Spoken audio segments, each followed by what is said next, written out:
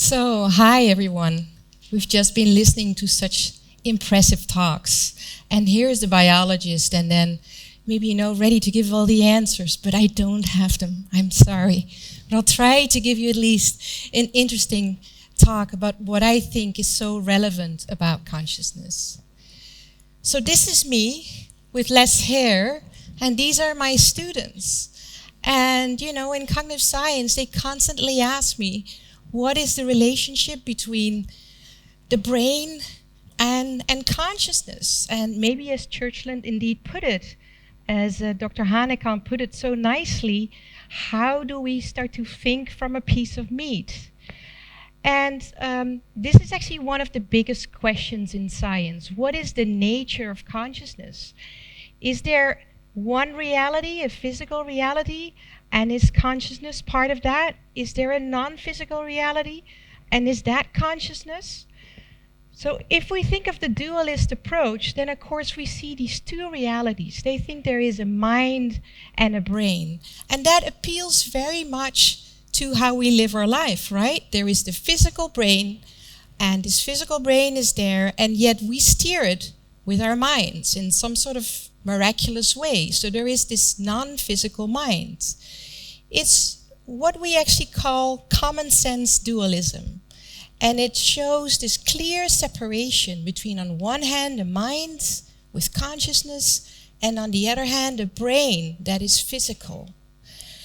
And this is also related to religion, right? We have a mind and a soul, and it might leave our body when we pass away, and then the body stays behind. And yet, if we look at some of the neuroscientific studies, and I fully agree with Hanekamp, for instance, that these neuroscientific studies cannot solve the whole problem. But if we look at them, we see actually that if we stimulate parts of the brain, people might feel as if they've taken a conscious decision, even if they didn't take any decision. So they might tell you, yes, I pressed a button, or I pointed at something, or I said something. But in reality, they didn't do it, but it was because of the stimulation of their parietal lobe or parts of their frontal lobe. And it puzzles us because it makes us wonder about this separation between mind and brain. And could this sense of consciousness, could that just be a product of the brain in some way? That's what these neuroscientific studies seem to suggest. But perhaps that is really too simple. Now that's one side of the story, dualism. Then there is another crazy bunch, I must say, and those are the monists. And they actually say, well, the brain is everything there is. It's the brain that does all the work. And the physicalists, which are most of the monists, say, yeah, it's really this brain, there is nothing else.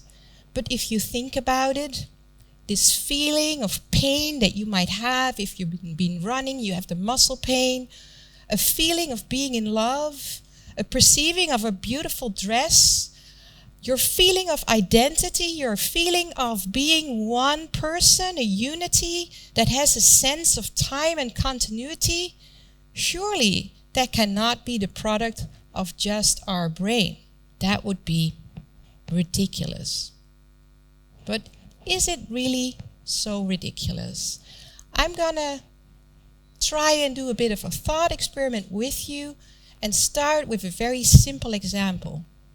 This is my example. It's a wooden chair.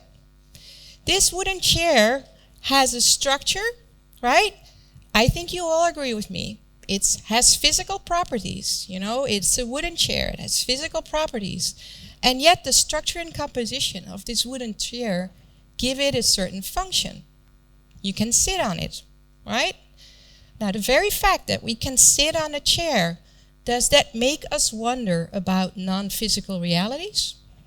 Probably not. Not many of us think that this leads to some sort of non-physical explanation, right? It's a chair and you can sit on it, and that sitting is very much linked to the physical properties. You might say, well, but the brain is very different, right? This is a very complex structure. True? It's a very complex structure.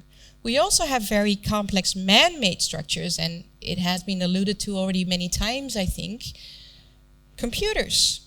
Computers are maybe the most complex man-made structures, and yet even those very complex structures, those complex objects that have very complex functions, we tend to not say, oh, they must have consciousness. Well, some people do, by the way. They say computers have consciousness. But most of us would say, no, computers, they don't have consciousness, even though we call them intelligent. Okay? Now, let me ask you this question. If a simple structure, a chair, has a simple function, and if a complex structure, a computer, has a complex function, shouldn't we regard the very complex structure of the brain, shouldn't we see then consciousness as a very complex function of the brain? You might think, well, I don't know. But if we think about it, consciousness as a function of the brain, not something that is not real, not something that needs to be reduced, also not something that should be separated from the brain either, but a function that is real and that is in fact mind-blowing. Now, is this true?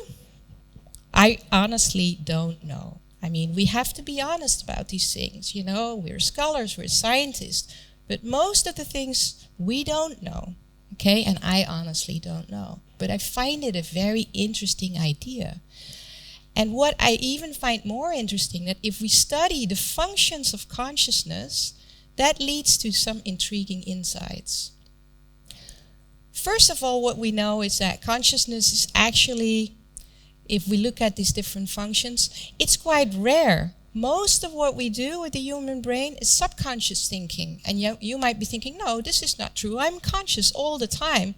Well, if you bike to UCR, or if you drive to work, most of that driving and biking you do very subconsciously. Sometimes I have to go to the dentist and I find myself biking to UCR. I'm thinking, what was I doing? I wasn't thinking, right? So a lot of what we do is subconscious. And even some of the most complex planning and decision making and troubleshooting, we do it subconsciously. If we play chess, a lot of the rules that we know, we use them subconsciously. So it's complex, but it's subconscious. Okay? And actually, that subconscious also really helps us to make very fast decisions.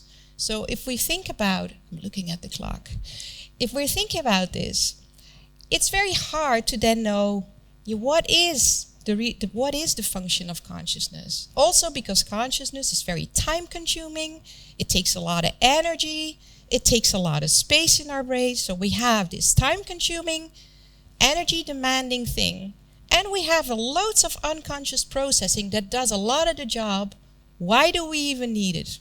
You might actually wonder about that. It must be pretty special if we have it. And I think it is pretty special. I think consciousness has pretty special functions. And people have proposed all kinds of things, functions of consciousness. But if I have to put my money on it, I would say it is long-term planning and problem solving. Not the short term, because in the short term, we can use our biases, our previous experiences, our current emotions. We can use those to make the fast decisions. Do we want chocolate milk or not? Or a beer? Do we want, do we want actually, red or green dress? Do we like to have butter on our bread? All these decisions we can make so fast, and we rely just on our satiety, our emotions, and all that. But if we have to pick, what will we do after UCR? What will we do tomorrow? Will we tell this bad story to our friends, a sad story or not? Will we talk about our problems or not? Then actually we make decisions that also are informed by our moral judgments and by our ethics and by our personal values. So in other words, I think that our long-term decision making and the quality of that is massively improved if we have consciousness, and we do. Okay? Now, my proposition is that consciousness is needed for long-term and especially altruistic decision-making. And now you might say, well, altruistic decision-making, altruism, basically that is something that can be explained by classic evolutionary psychology theories, right? Altruistic behavior is behavior that is good for the group, but in the end, if you're genetically related to that group, it's also good for you. So it's either good for you or your offspring, and it can be explained by reward and punishment. And those forces are also influencing our subconscious decision-making anyway. So it could still be explained with the subconscious reasoning. But what about the human desire to really help someone, even if that person is somebody that you don't know? Did you never ever stand up for a stranger in the bus? Probably you did. Even if we want to help people that might not even have been born yet, future generations, we all feel an inclination to look ahead and to think about that. So I think this is actually the core of consciousness, that consciousness helps us really to set ourselves free from very, how do I say that, innate patterns, from reflexes, to be creative, to go and to choose for compassion rather than self-interest. I think that is actually the essence of consciousness. And I think therefore consciousness can be the driver for all of us to create a more equitable and a better world together because of that. Okay? So consciousness, not so much as a separate thing from the brain, but consciousness as a complex function that serves altruistic behavior that helps us develop a better world. Thank you.